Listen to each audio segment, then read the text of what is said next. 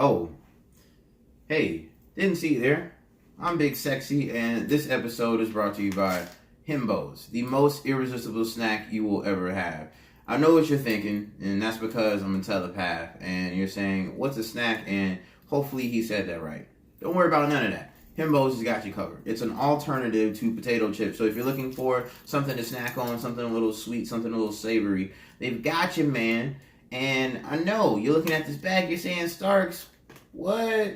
Yeah, they're pork skins, they're plantains, they got all different types of flavors. This particular bag's got chicharron on them, and I'm not a fan of spicy food at all. But boy, oh boy, this is the one spicy thing that I'm going to eat. No lie. If you know me, you know I'm not lying to you. And I'm a villain. Shouldn't you trust me? So, nonetheless, go ahead, hook it up. Go ahead and check them out somewhere up here. Get you some Himbos, the most irresistible snack you can ever have. Well, let's go ahead and roll this episode. I got blunts to roll, cities to burn down, and all other villainous things. Peace. Hey, hey, Wolfpack. Hey, hey, Wolfpack. Hey, hey, Wolfpack. Hey, hey, Wolfpack. Try and build an island. Tell me why you think we wildin'. What's going on, ladies and gentlemen? It's your host with the most, the best from the Midwest, the overweight lady lover, your not-so-local supervillain, your global icon and national treasure. Ladies want him, men want to be him, Starks, a.k.a. Big Sexy, a.k.a. Hollywood Starks Hogan, a.k.a. Big Chowder, a.k.a. the dark-skinned Dynamo, a.k.a. Go Grab the Bill, a.k.a. the Messiah of Maniacal Menagerie, a.k.a. Starsky Hutchinson, a.k.a. Chase Manhattan, a.k.a. Big Papa Blunt, a.k.a. Chase Money, a.k.a. God Body, a.k.a. Wave Cap Warrior, a.k.a. Did the PayPal clear yet, baby? And I welcome you to another edition of the Fake Wolfpack Podcast. And that is the number one I said one more time for the people in the back, the number one wrestling podcast. And don't worry, you ain't got to check them numbers. We did all the hard work for you. Yeah.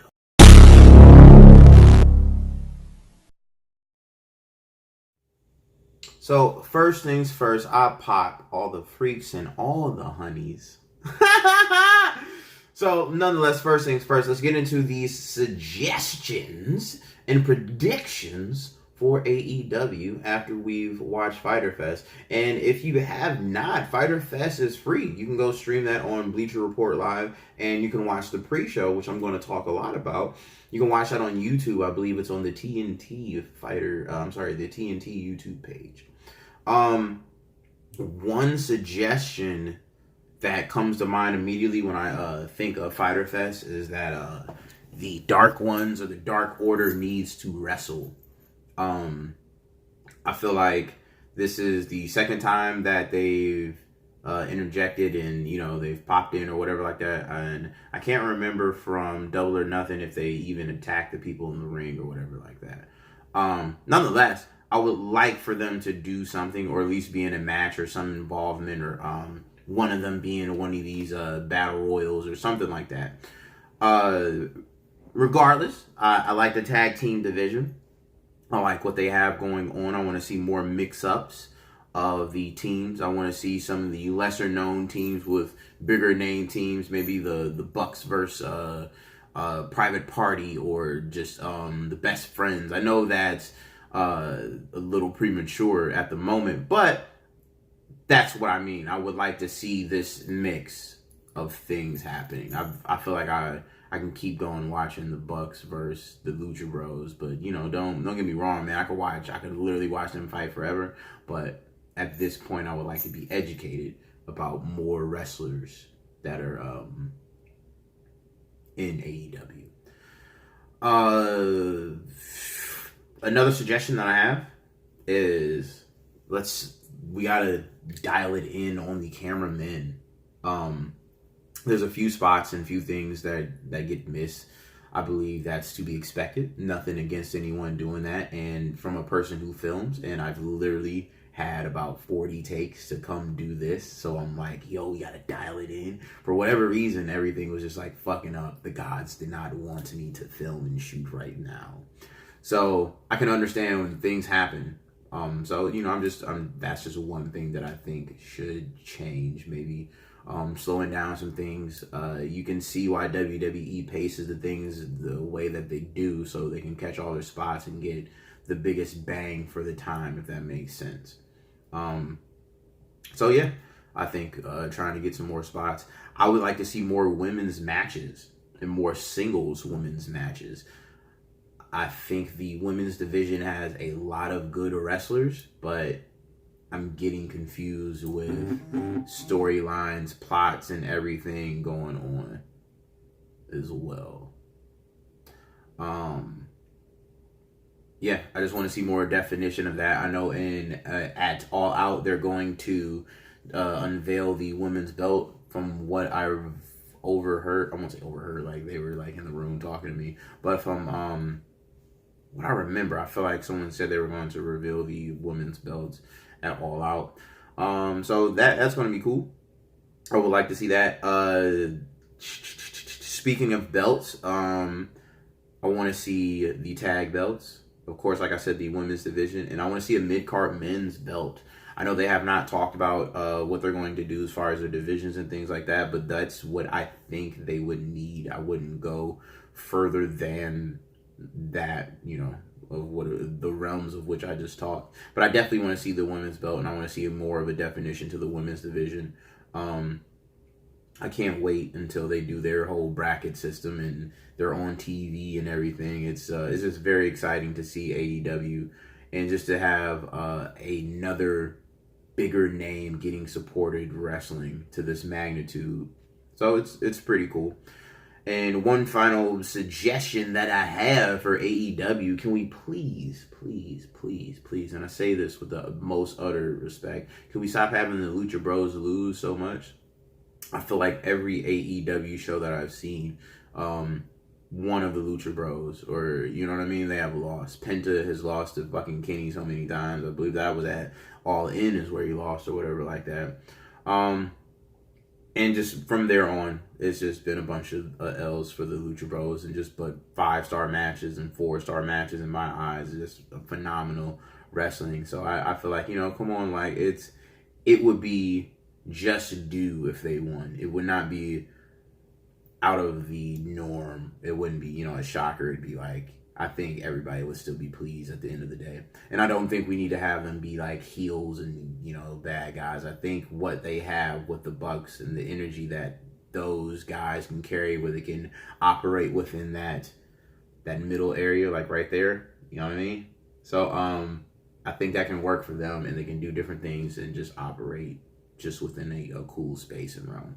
So that is my last suggestion for AEW, and after digesting Fyter Fest.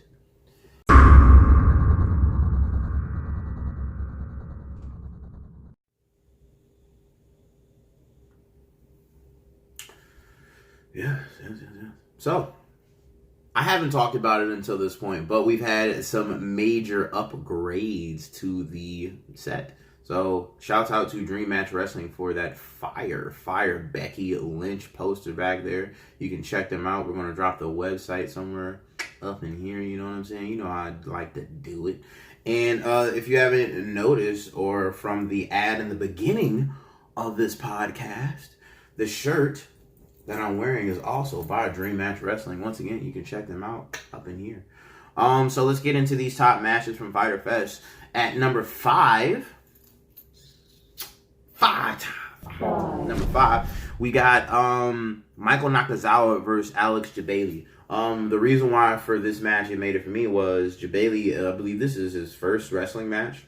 I believe he got injured or something like that beforehand coming into it. And he goes out and he has this pretty good match at a lot of good spots, delivering some really good moves and everything. So for a novice like myself, that is really cool to see. And for him to come out and put on this good... And first off, Michael Nakazawa really good at selling, really good at putting people over. And he put Jabali over, man. So, like, it was a very good comical Tennessee Heat style match, and it was good that they did it that way.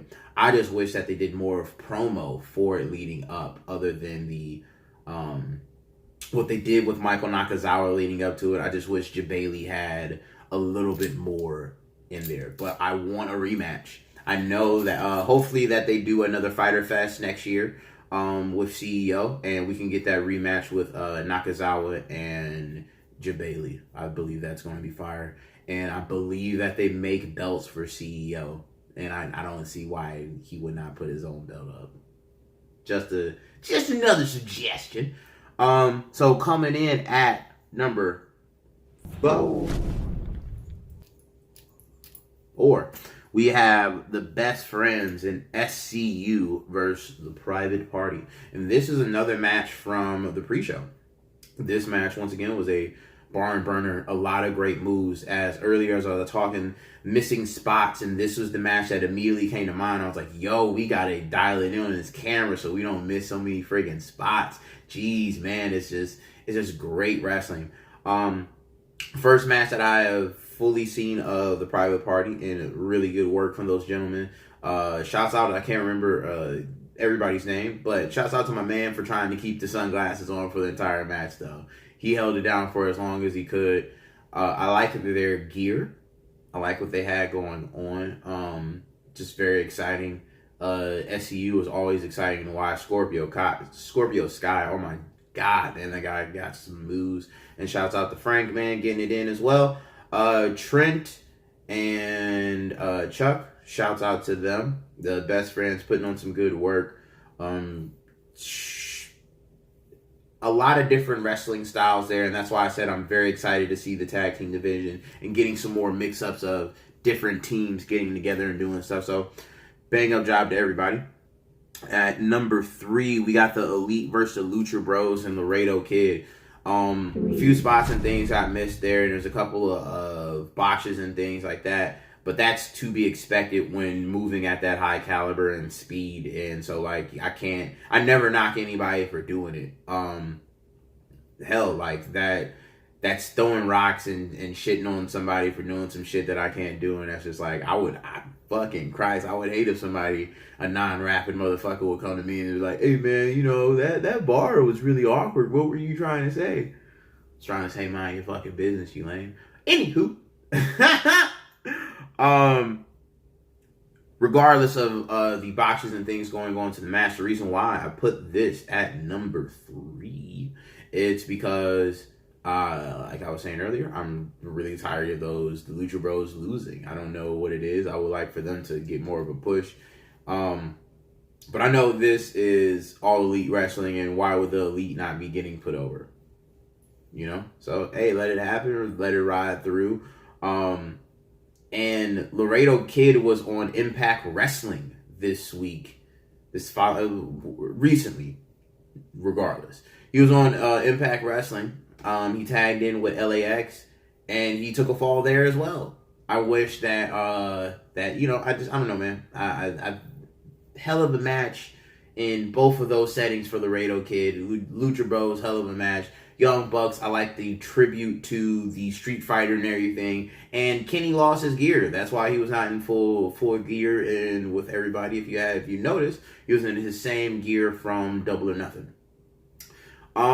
So if you can, I suggest going back and watching all of this. The number two match is going to be Darby Allin versus Cody Rhodes. I like everybody getting taken to the limits. I like the brashness of those two fellows. I just hope that it builds and becomes more than just a one-off and spin-off. But it seems like Cody's got a lot going on in his hands. He's got that match right after with Darby, and it had like a story going on with it and everything. Then the chair shot from Shawn Spears. And I believe for Fight for the Fallen, Shawn Spears has got a match against some other, against MJF and some other people or whatever like that. And regardless of it, I think it should have just been Shawn Spears versus MJF. that should have just happened. That should have just been the singles match. And this feud between Cody and Shawn's, the Rose and the Nightmare family, and that whole dynasty versus Shawn Spears and whatever else he has going on. I think that'd be cool, and that, that sets up for TV as well, or whatever else they have going on. But regardless, Darby Allin laid it all out, and I just don't want it to be a spinoff for him on that level. And once again, another phenomenal performance from Cody. And the number one Public Enemy the number one match is going to be the Adam Page versus Jungle Boy versus MJF versus Jimmy Havoc match. Craziness. I love the match. Only thing I have against it was the finish. And other than that, beautiful. They got a lot of the spots. The pacing and timing of it was really good. It was you could tell it was a fatal 4-way. There were no alliances and things. Everybody got their rocks off. Everybody got some good moves. I cannot be mad at anything that they have going on there. So that is the number one match. Those are our top 5 matches of this episode from Fyter Fest. You might wonder why I did not list the Jon Moxley and Joey Janela match. Not saying that was not a awesome match and it did not have a story and everything going into it, but it just was not my cup of tea. It was a little bit more gruesome than what I'm looking for. But nonetheless, those dudes laid it all out. So kudos to those gentlemen. Give it up for Jon Moxley and Joey Janela with the honorable mention. Yeah. And, Christopher Daniels and Cena put on a hell of a match as well. So, I was a huge fan of Fyter Fest, and as you see, I cannot stop talking about it.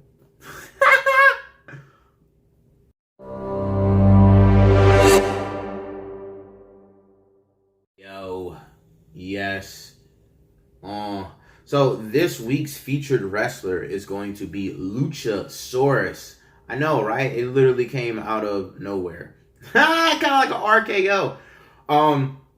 Regardless, Luchasaurus is an awesome wrestler. He is in a tag team with Jungle Boy. You can find a lot of Luchasaurus matches on YouTube. One of the ones that I like, and it's probably going to be a featured match coming up. It's going to be pretty soon. But it's Brian Cage versus Luchasaurus. You can find that on YouTube.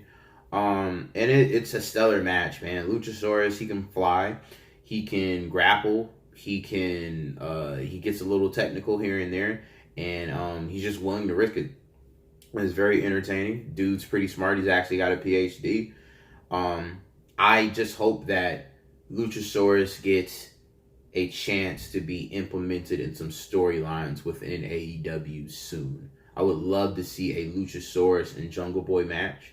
I'm anticipating that. I wish it was at Fight for the Fallen. I don't know how many things are on the card for that, but they've got like 2 weeks or so, about a week or so. I don't want to put a timestamp on it, but there's a little bit of time in between now and Fight for the Fallen, so maybe there's something going on there. And I don't know if it'll be able to squeak it in for All Out, because All Out is a major pay-per-view. They're kind of looking at that one as a staple, so think of it like, like a SummerSlam or something like that, you know what I mean, to make a good reference. Regardless, that is... I wish that something more was happening for him, or maybe, like a tag match with him and Jungle Boy, or doing something of the sorts. Regardless, it's dope that people are getting exposed to Luchasaurus. I'm going to hit you with some links for him, and there's probably going to be a sweet video up here for you to see some Luchasaurus work and whatnot. I have been Starks. This has been another beautiful edition of the Fake Wolfpack podcast. And I'm going to tell you to like, subscribe, go ahead and visit our sponsors. This episode has been brought to you by Dream Match Wrestling and Himbo's Chips. Yes, Himbo's Plantain Chips, the most irresistible snack you'll ever have. You can find them right up in the eye. So once again, I've been Sarks. This is the Fake Wolfpack podcast. If you got something to tell me, hit me in the comments. You know what I'm saying? Follow a hitter on all that social media stuff that's been flying around throughout these episodes. So once again, I bid thee farewell.